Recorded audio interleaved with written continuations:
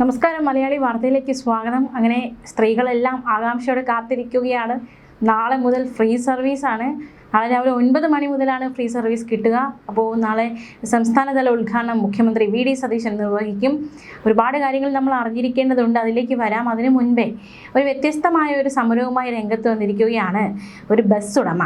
അതായത് KSRTC സ്ത്രീകൾക്ക് പ്രഖ്യാപിച്ച സൗജന്യ യാത്ര സ്വകാര്യ ബസ്സുകളുടെ വലിയ രീതിയിൽ ബാധിക്കുന്നുണ്ടെന്ന ആരോപണം നേരത്തെ തന്നെ ശക്തമാണ്. ഇതിനിടെ വേറിട്ട സമരവുമായി ബസ് ഉടമ രംഗത്ത് വന്നിരിക്കുന്നത്.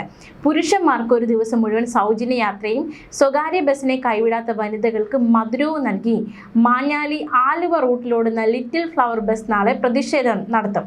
ബസ് ഉടമ വട്ടപ്പറമ്പ് സ്വദേശി BO ഡേവിസ് ആണ് പ്രതിഷേധം നടത്തുന്നത്. രാവിലെ 6:30 മുതൽ രാത്രി 8 വരെയുള്ള 7 ട്രിപ്പുകളിലും ലിറ്റിൽ ഫ്ലവറിൽ പുരുഷന്മാർക്ക് സൗജന്യമായി യാത്ര ചെയ്യാം. 25 വർഷത്തിലേറെയായി ബസ് സർവീസ് നടത്തുന്ന തന്റെ ബസ് റൂട്ടിന്റെ ഭൂരിഭാഗം ദൂരവും KSRTC സർവീസുകൾക്കൊപ്പമാണ് ഓടുന്നതെന്നും യാത്രക്കാരിൽ കൂടുതലും വനിതകളായതിനാൽ സൗജന്യ യാത്രാ പദ്ധതി സ്ത്രീ യാത്രക്കാരെ നഷ്ടപ്പെടുത്തുമെന്നും ഡേവിസ് ആരോപിക്കുന്നുണ്ട്. ഇതേ ആരോപണം, ഇതേ പരാതി, ഇതേ ആശങ്ക എല്ലാ പ്രൈവറ്റ് ബസ് ഉടമകളും നേരത്തെ തന്നെ പങ്കുവച്ചതാണ്. അവർ ഈ ഒരു തീരുമാനത്തിനെതിരെ രംഗത്ത് വന്നതാണ്. ഇനി ശക്തമായ പ്രതിഷേധം അവരുടെ ഭാഗത്തു നിന്ന് ഉണ്ടാകുമോ എന്നത് കാത്തിരുന്ന് കാണാം. എന്തായാലും നാളെയാണ് സൗജന്യ സർവീസ് യാത്രയുടെ ഉദ്ഘാടനം നടക്കുക. അതേസമയം CPI സംസ്ഥാന സെക്രട്ടറി MV ഗോവിന്ദൻ ഈ പദ്ധതിക്കെതിരെ രൂക്ഷമായി പ്രതികരിച്ചിരിക്കുകയാണ്. KSRTCയുടെ എല്ലാ ബസ്സിലും സ്ത്രീകൾക്ക് സൗജന്യ യാത്ര എന്ന് പറഞ്ഞ് UDF സർക്കാർ പറ്റിച്ചെന്ന് MV ഗോവിന്ദന്റെ ആരോപണം. 1000 ബസ്സുകളിൽ മാത്രമാണ് സൗജന്യ യാത്ര. മലബാറിൽ KSRTC ബസ് തീരെ കുറവാണ്. പദ്ധതിയെ എതിർക്കുന്നില്ല. പറഞ്ഞതിൽ നിന്ന് സർക്കാർ പിന്നോട്ട് പോയി. പദ്ധതി നാളെ ഉദ്ഘാടനം ചെയ്യാനിരിക്കെ പ്രതിപക്ഷ MLA മാർ വിട്ടുനിൽക്കുമെന്നും MV ഗോവിന്ദൻ പറഞ്ഞു. വിനാശകാലെ വിപരീത ബുദ്ധിയെന്നായിരുന്നു CPM വിമർശനങ്ങളോട് ഗതാഗത മന്ത്രി CP ജോണിന്റെ പ്രതികരണം. വരും നാളുകളിൽ CPM തെറ്റ് തിരുത്തുമായിരിക്കും. പ്രതിപക്ഷ MLA മാരോട് ചടങ്ങിൽ പങ്കെടുക്കണമെന്ന് അഭ്യർത്ഥിക്കുന്നതായി മന്ത്രി CP ജോൺ പറഞ്ഞു. സൗജന്യ യാത്രാ പദ്ധതിയുടെ സംസ്ഥാനതല ഉദ്ഘാടനം നാളെ രാവിലെ 8:30 തമ്പാനൂർ ബസ് ടെർമിനലിൽ മുഖ്യമന്ത്രി വി ഡി സതീശൻ നിർവഹിക്കും. രാവിലെ 9 മണിക്ക് സംസ്ഥാനത്തെ ഓരോ ഡിപ്പോയിലും ജനപ്രതിനിധികളുടെ നേതൃത്വത്തിൽ പ്രാദേശിക തല ഉദ്ഘാടനങ്ങളും നടക്കും. പ്രത്യേക രേഖകളോ രജിസ്ട്രേഷനോ ആവശ്യമില്ലാതെ കണ്ടക്ടർ നൽകുന്ന 0 മൂല്യമുള്ള പ്രിയദർശിനി ടിക്കറ്റുമായി സ്ത്രീകൾക്കും ട്രാൻസ്ജെൻഡർ വ്യക്തികൾക്കും യാത്ര ചെയ്യാവുന്നതാണ്. 3125 ഓർഡിനറി ബസ്സുകളാണ് സൗജന്യ യാത്രയ്ക്ക് അനുവാദമുള്ളത്. പദ്ധതിയുടെ സാമ്പത്തിക ചെലവ് പൂർണ്ണമായി വഹിക്കുന്നത് സർക്കാരാണ്. എന്തായാലും സൗജന്യ യാത്രയെക്കുറിച്ച് സ്ത്രീജനങ്ങൾ എങ്ങനെയാണ് പ്രതികരിക്കുന്നതെന്ന് കൂടി നമുക്ക് ഒരിക്കൽ കൂടി നോക്കാം. നേരത്തെ മലയാളി വാർത്ത സ്ത്രീകളുടെയൊക്കെ ഒരു അഭിപ്രായം ആരാഞ്ഞിരുന്നു ഈ ഒരു സൗജന്യ യാത്രയോട് എന്താണ് പറയാനുള്ളതെന്ന്. അവരുടെ പ്രതികരണങ്ങളിലേക്ക് ഒരിക്കൽ കൂടി. സന്തോഷമുണ്ട്. തീരുമാനം വരാൻ വേണ്ടിയിട്ട് നടപ്പിലാക്കാൻ വേണ്ടിയിട്ട് എന്തൊക്കെ അനുകൂല ഘടകങ്ങൾ ഉണ്ടായിരിക്കും, എന്തൊക്കെ ഇതുണ്ടാകും? സാമ്പത്തികമായിട്ട് നമുക്ക് ഒരുപാട് സേവ് ചെയ്യാനൊക്കെ പറ്റുമായിരിക്കും. ഈ വണ്ടിക്കൂലിക്ക് സ്ഥിര യാത്ര ചെയ്യുന്ന ആളാണോ? അല്ല. അപ്പോ സ്ഥിര യാത്ര ചെയ്യുന്നവർക്ക് ഇത് വലിയ നടപ്പിലാക്കട്ടെ. സന്തോഷം. വേഗം നടപ്പിലാക്കട്ടെ. സ്ഥിരം ബസ് യാത്ര സേവിങ് കിട്ടും. എല്ലാ സ്ത്രീകൾക്കും കിട്ടണമെന്ന് തന്നെയാണ് എല്ലാ സ്ത്രീകൾക്കും കിട്ടണമെന്ന് തന്നെയാണ് ആഗ്രഹം. ആശങ്കയുണ്ട്. നടപ്പിലാകും. കുറച്ചു പേർക്കെങ്കിലും അതിന്റെ ഇത് കിട്ടുമെന്നുള്ള ഒരു പിങ്ക് ബസ് ഇറങ്ങുമ്പോഴത്തേക്ക് എന്നാണ്. പിന്നെ ഒന്നറിയാൻ വയ്യ തീരുമാനങ്ങൾ എന്തൊക്കെയായി വരുമെന്ന്. സാമ്പത്തിക പ്രശ്നമല്ലേ,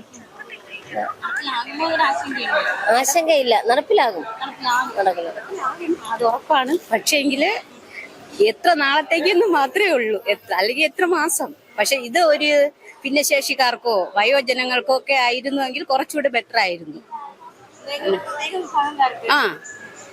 ഒരു താഴ്ന്ന കാറ്റഗറിയിലൊക്കെ ഉള്ളവർക്കാകുമ്പോഴത്തേന് കുറച്ചുകൂടെ ഈ ലക്ഷക്കണക്കിന് ശമ്പളം മേടിക്കുന്നവർ ഈ ട്രാൻസ്പോർട്ട് ഉപയോഗിച്ച് കഴിഞ്ഞാൽ പിന്നെ അതുകൊണ്ട് എന്താ ഒരു നേട്ടം? അത് ശരിക്കും പറഞ്ഞ വൃദ്ധരായവർക്കും സാമ്പത്തികമായി ബുദ്ധിമുട്ടുള്ളവർക്കും അത് അനുവദിച്ചു കൊടുക്കണമെന്നാണ് എന്റെ ഒരു അഭിപ്രായം. സന്തോഷം. നല്ലൊരു തീരുമാനമാണ്. പെട്ടെന്ന് തന്നെ നടപ്പിലാകുന്നതിൽ സന്തോഷമുണ്ട്.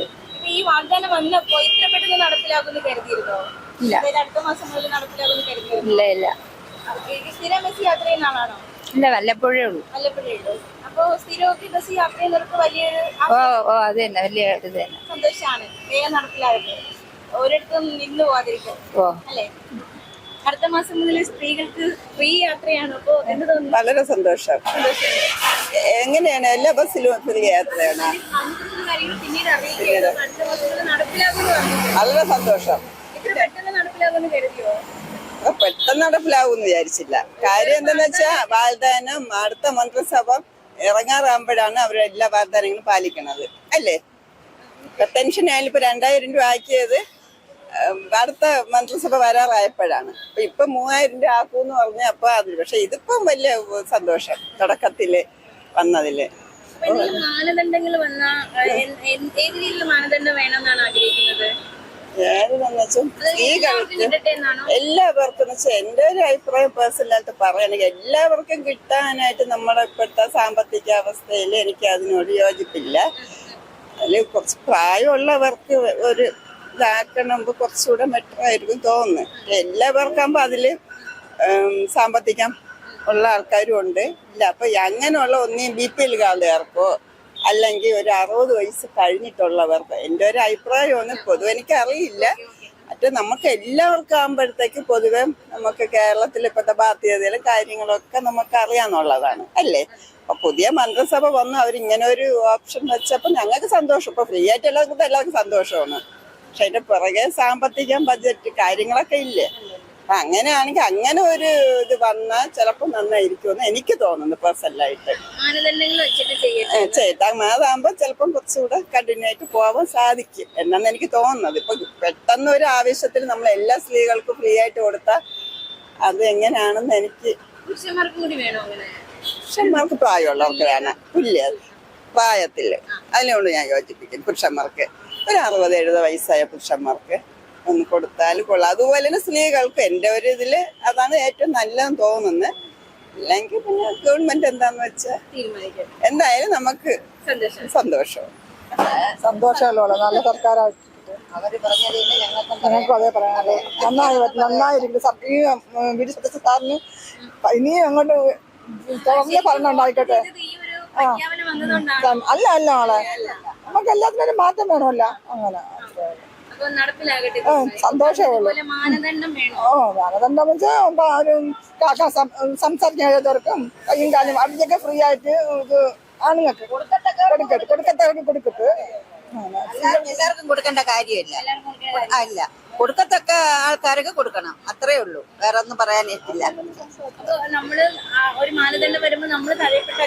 കുഴപ്പമില്ല, ഒരു കുഴപ്പമില്ല.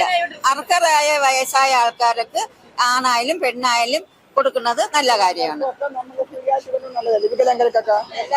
സംസാരിക്കാൻ ആൾക്കാരുണ്ട്, കാലും കൈയും സ്വാധീനത്തിലുണ്ട്. നല്ല കാര്യമാണ് അവിടെ. നന്നായി വരട്ടെ. അങ്ങനെ ഇല്ല. 3 കോടി രൂപ എങ്ങാണ്ടോ ഇതിന് ബാധ്യതയാണെന്നാണ് അറിവ്. പിന്നെ എല്ലാം കൊടുക്കണമെന്ന് നമ്മൾ പറയില്ലല്ലോ. അനുസരിച്ച് അവര് സാമ്പത്തികം അനുസരിച്ച് കൊടുക്കുന്നത് നല്ലതാണ്. എന്നുവെച്ചാൽ 60 അവര് പറഞ്ഞ പോലെ 60 വയസ്സിന് മുകളിലുള്ള ആണായാലും പെണ്ണായാലും കൊടുക്കുന്നത് നല്ല കാര്യമാണ്. ഇങ്ങോട്ടുള്ളവർക്ക് കൊടുക്കേണ്ട കാര്യമില്ല. സന്തോഷമുണ്ടോ? എന്തൊക്കെ പ്രതീക്ഷയുണ്ട്? മുന്നോട്ട് കൊണ്ടുപോകാൻ പറ്റുമോ? 1 വർഷം കൊണ്ട് തീരുമോ? അങ്ങനെ ആശങ്കയുണ്ടോ? മുന്നോട്ട് കൊണ്ടുപോകാൻ പറ്റണമെന്നാണ് ആഗ്രഹം. നടക്കട്ടെ. മറ്റെന്തെങ്കിലും അതായത് എന്തെങ്കിലും മാനദണ്ഡം വെച്ച് കൊടുക്കണം, അല്ലെങ്കിൽ എല്ലാ സ്ത്രീകൾക്കും കൊടുക്കണ്ട, അങ്ങനെ എന്തെങ്കിലും ഒരു അഭിപ്രായം ഒരു സ്ത്രീ എന്ന രീതിയിൽ? അങ്ങനെ ചോദിച്ചാല് നമ്മൾ ഈ ജോലി കാര്യങ്ങളൊക്കെ ഉള്ളവർക്ക് ഉണ്ട്. അതുപോലെ തന്നെ ഈ സ്റ്റുഡൻസിന് അങ്ങനെയുള്ളവർക്കൊക്കെ കൊടുക്കുന്നത് വളരെ നല്ല കാര്യമാണ്. ഇത് മുന്നോട്ട് ഇങ്ങനെ തന്നെ പോട്ടെ എന്ന് തന്നെയാണ് ആഗ്രഹം. എന്തായാലും തകരാതിരിക്കട്ടെ.